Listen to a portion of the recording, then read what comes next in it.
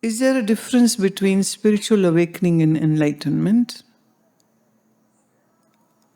And you have added that it's hard to believe that all the structures and conditioning of the mind can disappear completely in an aha moment. India has a very, very precise clarity given to us by those sages, those masters. When I say master, so perfect masters in path of dhyana, meditation, in path of jnana, the true knowledge, in path of devotion, bhakti. In path of karma, what's the correct action strategy which a human can have? So I think so until and unless one has exposure and understanding to those scriptures. For example, in the state of dhyana, what is dhyana? What are states of dhyana? What will be the levels in the dhyana? What will be experiences in the dhyana? This long list has been covered by Rishi Patanjali. And also in Bhagavad Gita. For example, chapter 6, then chapter 13, then chapter 4. It has all those beautiful verses where it is giving the details about. And then there are certain things which are orally transmitted by the master to the disciples. It's not part of the scripture or the books. So I would suggest that you should go through at least two major scriptures of Vedanta.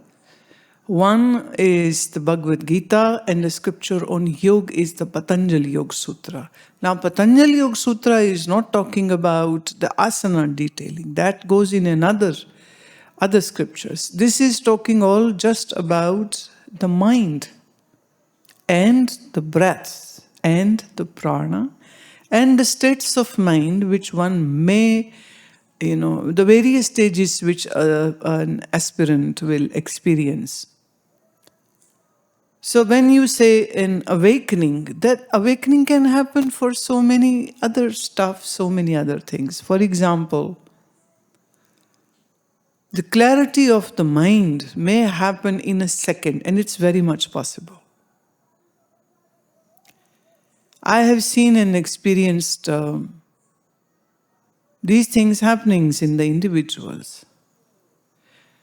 Like they had nothing to do with satsang or a guru, and they saw one and they heard first time, and in instant everything changed. I had people who were alcoholics, and when I was talking about that this human body is the truest temple, if in any Hindu temple you are not allowed to take any intoxicant or cigarette or tobacco in any form, then how can you take tobacco or smoke or alcohol in this temple? This human body is the truest temple. Other temples are man-made. This is temple made by the divinity itself. So it's much more purer.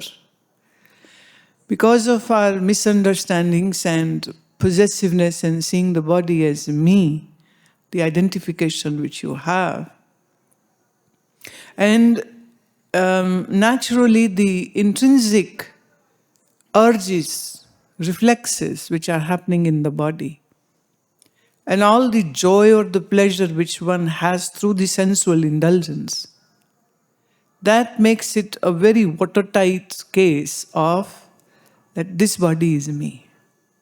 I heard something, I went to rock music, I went to see a show, a dance show, a circus, a drama. I went to a restaurant and ate this food. I bought a French perfume and it was amazing. I bought a Chinese silk and it was amazing. So all the five senses, wherever and through whatever object, it gets the satisfaction or the pleasure is there, or a very fleeting happiness is there, that kind of makes this identification to the body more stronger. The day the birth happened, the day this I am came in the mind, I am, in the baby. And the day the baby recognized the people around and the milk and the food and the animals and the birds and everything. So recognition of everything apart from himself or herself is happening. First it happened with his or her body, that this is me. This is me and they are mine. So very soon the baby learns this language of world. My name is this. This is my toy. You are my mama. You are my papa. You cannot love any other. Children get envious, jealous, and they can sometimes beat their sibling. They don't like. They can't share. The possessiveness just grows everywhere. So the possibility of meeting an awakened person, a guru, meeting a great master, and it's possible that in one meeting, in one darshan, the mind goes into a catapult, and the possessiveness or the mindness or the security which one was feeling with the family just changes into, and the guru becomes the love of the life. The knowledge plus beauty and the enigma of Guru is something which can just grab the mind, possess the mind. Now, in that one moment, the unbelievable happens. And we have beautiful stories in life of Buddha, we have stories in life of Sri Krishna, we have stories of Sri Rama, where absolute novice, a tribal and absolute uneducated simpleton met them, or a dacoit or a thief or a prostitute met them, and in one meeting they changed. So much so, this can be called a spiritual awakening. Now, enlightenment is a very, I would say, word which is creating a lot of confusions.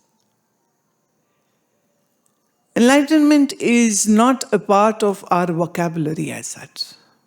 In Sanskrit, there is no such word, enlightenment.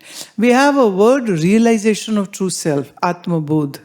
We have word of Paramatma Bodh, realizing God.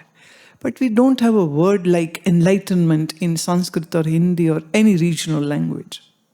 This is a very, I would say, European concept.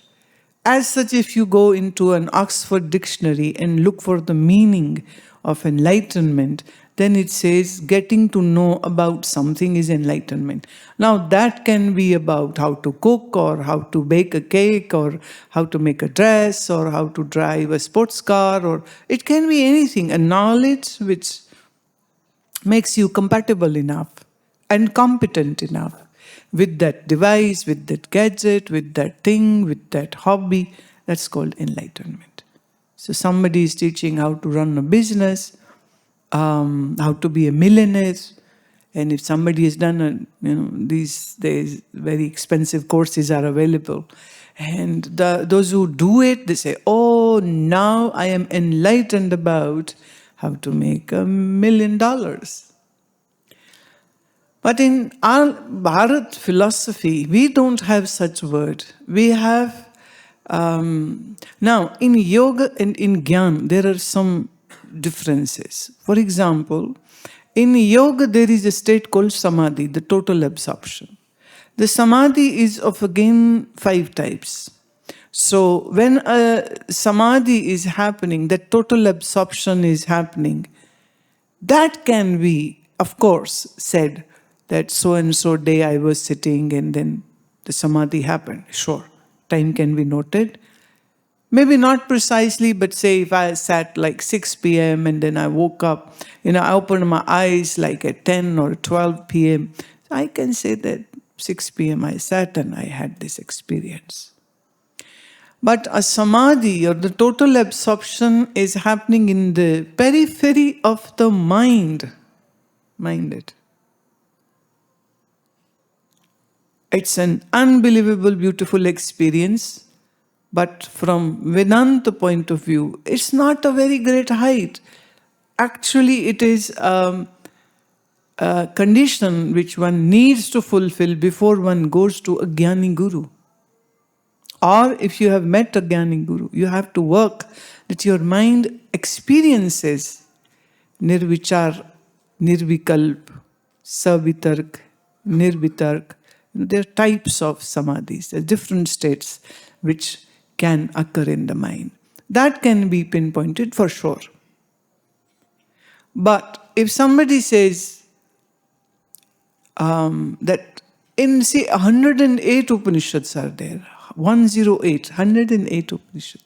Not even one single Upanishad they say that at this time, at this hour, at this, number one, we don't have word enlightened.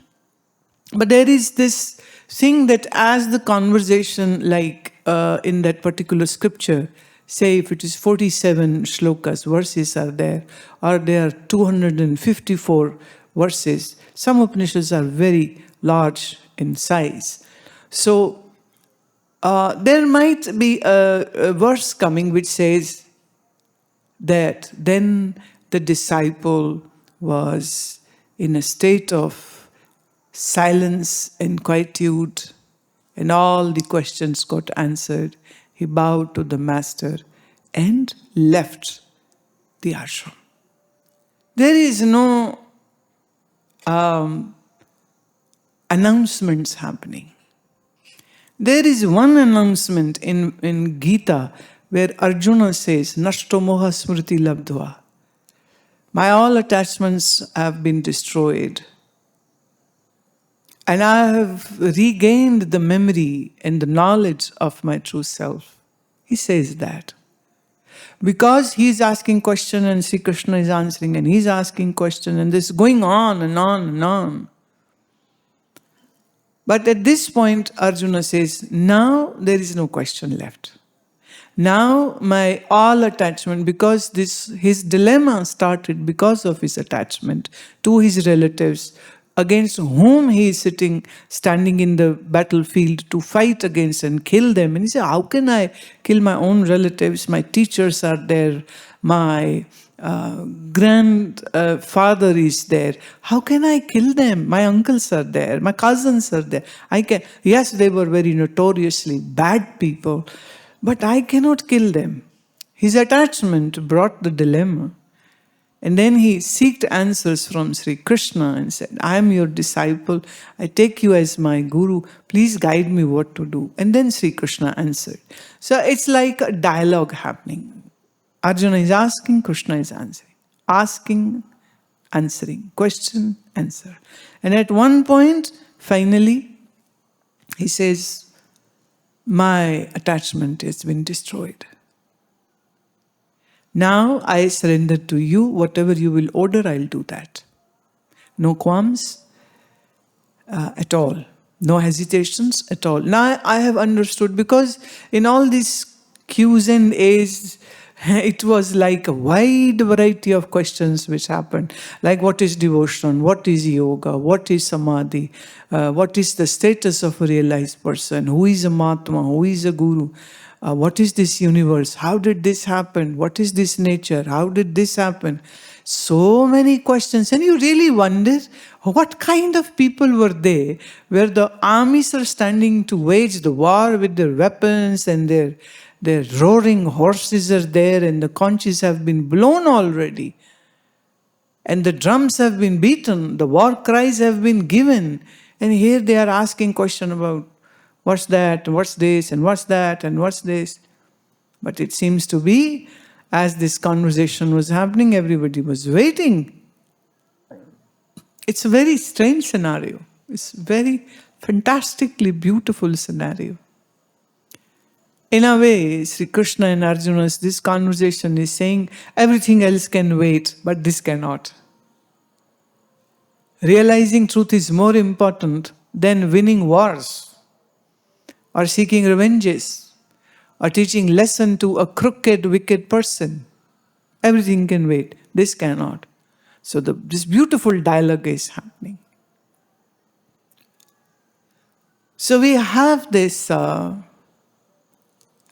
word called Atmabodh, Tattvabodh, realizing the essence, realizing the true self, realizing the divinity. We have these words in our enlightenment is not. Although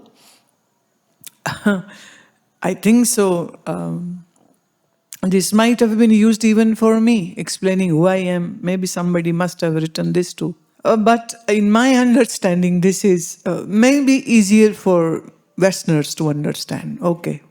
So, but it's a very odd thing. It's something in Sanskrit we call with the word swa samvedana. You alone know it, whether you have realized self or not. And it's very much possible that you can make a false claim that I have realized, I am enlightened. Who will stop you? Nobody. Why should anybody stop you? Nobody should stop anybody. And it's nothing wrong over there as such. But still I feel that only you alone would know when all your doubts and questions and queries have just dropped. And you have realized the truth of your being, the essence of your being. There are some signs, although signs are that the mind now won't rush towards the world because the world is an illusion now. The mind won't be obsessed about the body, mind and senses because the realization has happened that this is not me. And the world won't be a friendly or a bad place because it doesn't even exist. It's just projection of my mind. So let it be. So the non-duality exists in the intellect of this person, and all dualities and questions and confusions and conflicts are all gone. Meaning, once you have realized the truth, there is no way that you can go back to that same being idiot again, being a fool again. No way. We give an example that if somebody is churning curd, yogurt, then when you are whisking it, a time will come when the butter will separate from the curd. So what is left is buttermilk, and what you see the floating is the butter. And nicely, if you collect all the butter and create a ball, and then maybe you leave it in the same jug or pot, now the butter cannot mix back into the curd and become one with the curd. Once the separation has happened, it has happened for final. There is no way it will go back into that previous form of being a yogurt, being a curd.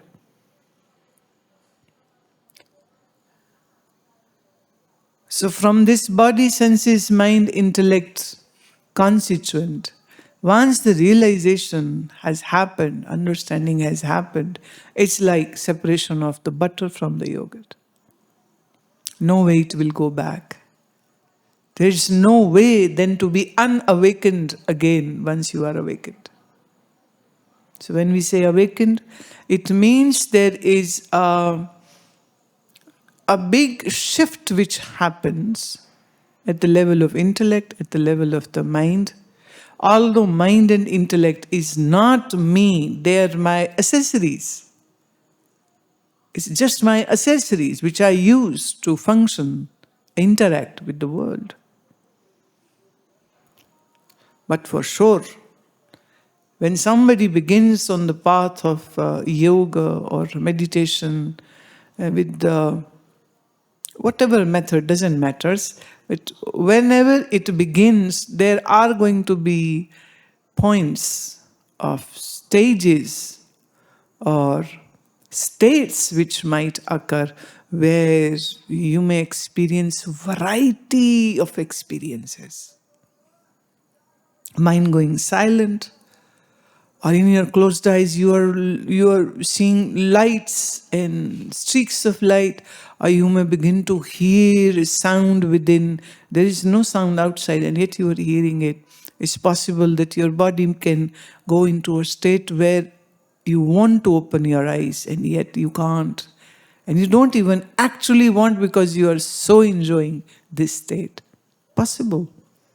But there is also possibility that the mind can go into a sleep mode, which we call, the person might think on getting up, oh, I was in a deep meditation, whereas the person was sleeping while sitting.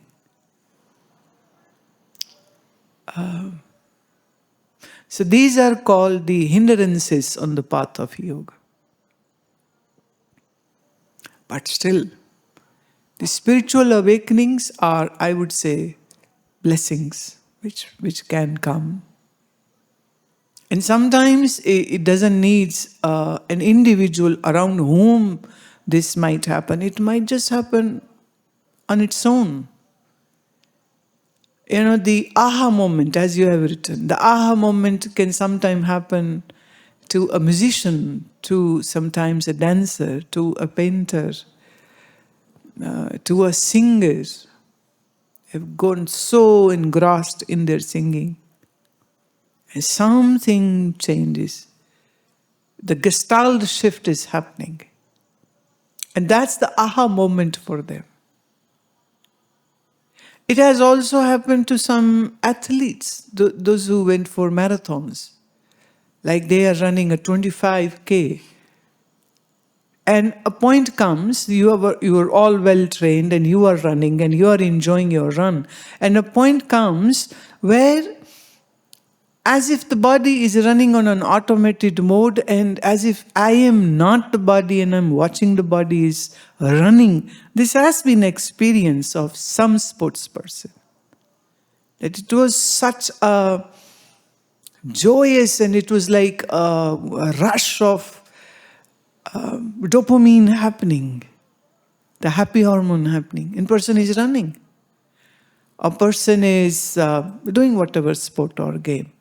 So that rush of dopamine, that rush of the excitement which comes in, creates a kind of shift in the mind. So wherever there is 100% concentration and attention given, the possibility of this experience is possible. And no wonder India is a country where, when you see the temples, especially in Odisha, South India, Karnataka, Kerala, when you see these temples, the intricate detailings, the loftiest heights, and they have been standing there for 1,000 years. And there is no steel in that. What a wonderful high-tech, should I say, without any machinery, they could create such, the mind gets boggled while seeing that. How did they make this? For example, the caves in Aurangabad, the Ajanta Ellora caves. It's mind-boggling. The whole caves are like made, it's a mountain of granite, and this whole mountain was cut manually with chisel and hammer. And it took some 150 years almost. 3 kings funded it. 3 kings in their tenure kept on funding it. And this whole temple has been carved upside down. First the dome was created. then the roof, then the pillars. And the walls has such murals. It's all granite, hardest stone. No machine, no electricity. And almost 3 generations of the sculptors gave their time and life to create that. How peaceful, how strong physically, how strong imagination, that what they had read in Puranas, they could create that image of Shiva and Parvati in stone. It's mind-boggling. And India is like I would say that it's a whole country is like a treasure. It's an ancient country and such a beautiful treasures, such poets, such dancers, such music, such the degree of dedication and practice that, one person would practice 8 to 10 hours per day to master his Vichitra Veena or Murdangam or a tabla or a flute, a bansuri. 8 hours in a day. They don't need food. They are not, looking for food all the time. Of course, for sustenance, everybody needs to eat, even they.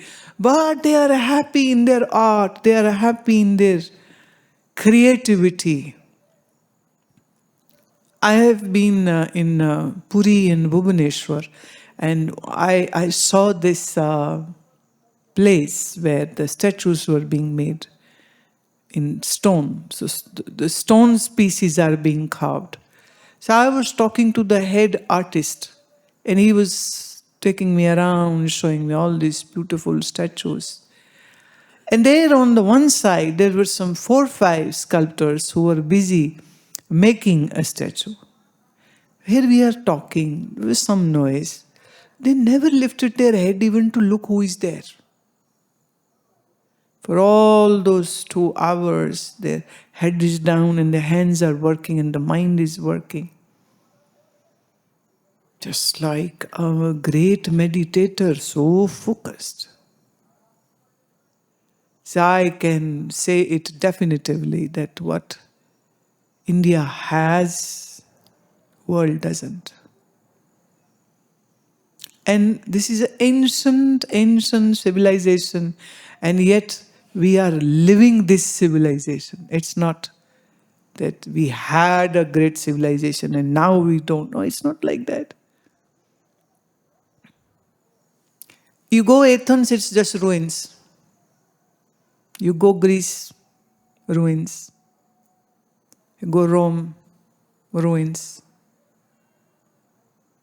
Very ancient places. There is now, they are living a very different genre at the moment. India, we are still living that civilization. The scriptures which were written 50,000 years ago are still being studied. Knowledge is still being given. This ashram is doing this job. Teaching Vedanta, teaching yoga, teaching Vedanga, teaching astrology, teaching Ayurveda, teaching the science of cooking food. It's so beautiful. So one life is not sufficient. And that's why one's born in India wants to be born in this Bharat again and again and again and again and again. Because one lifetime is so short. 100,000 verses in Sanskrit of the 4 Vedas.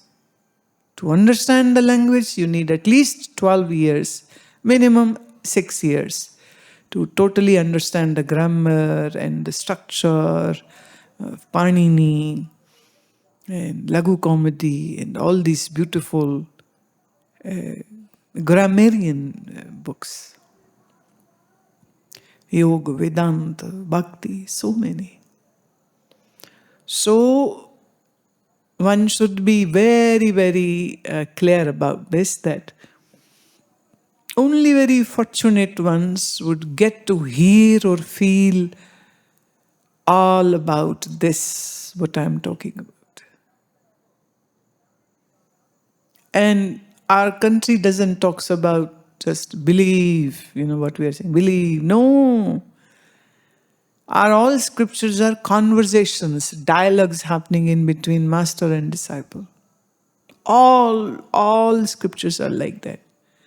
They are not making any decrees. You have to follow, you have to do it. If you don't do, you'll go to hell. No.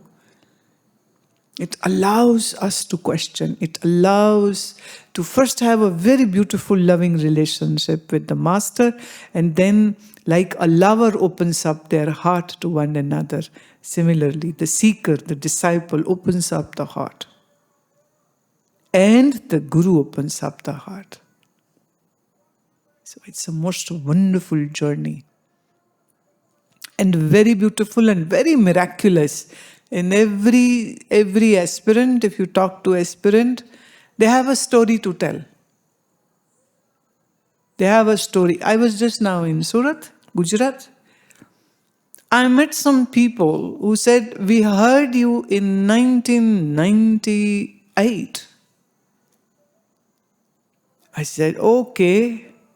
Then someone, I heard you 21 years ago. It's very interesting. A young man came to see me, and he said that 11 years ago, I heard one of your album, the music album. He said, I just went bonkers. I would just cry and cry. It's so good, enjoying it, but I'm crying. And my girlfriend would wonder, what's wrong with you? Why are you crying? I said, I can't tell you, I'm getting overwhelmed every time. And then he said that my wife is pregnant, please bless her. And they had never been here in this ashram, never met me before, and it's first time. I said, it's not you who have come here, it's this baby in the womb who has actually pushed you to come here. And see how the game is getting played. I go Surat to there, and they were just like 500 meters away from the venue. And they said, please come to our house. I never hesitated. I never do like that. I said, okay. Everybody was surprised. How come there are people who are, so dedicated and good volunteers, and you are going to this new couple? I said, okay, let's go. I go there to the house, and his father, he says, I have been listening to you since last 22 years. For 4 years, he had left India, went to England. He said then, for 3 years, I think so, 2 years, kind of, I was not on the television. My program started in, it was the longest running program on a television, on Sony television.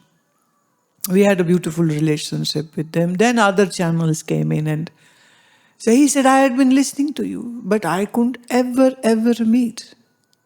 I was so, it's like okay, surprise, I am thinking I am meeting them first time, but for them, they know me from last 22 years. But still could never meet me in person. The joy which they were exhuming, the flowers, the decoration, this and that, and beautiful. For them, and when I see this, beautiful individuals, it makes me joyful too. That's what my job is. To give joy, see people joyous, and be joyous with their joy. So learning, growing, this. So awakening can happen anytime, but for the realization of the self, I believe still it's very personal, very intimate. And it's like a process in a way, and It also can happen just like that. But when it happens just like that, there had been some years or months of the preparations which have gone in. And then, see, our rishis have never made such claims. We have a long list of sages and rishis and seers and gurus in India. None has claimed like this. Yeah, they have spoken about, I had samadhi there, or I was in samadhi. Yes, they have done that. But not this kind of proclamation. So it seems to me little foreign to me also. But it indeed, this spirituality or this path of dharma, should I better use the word dharma? Dharma is a beautiful path. Learning, meditating, praying, singing bhajan, kirtan, learning logically about so many subjects through Upanishad and Gita and Veda. It's the most beautiful thing.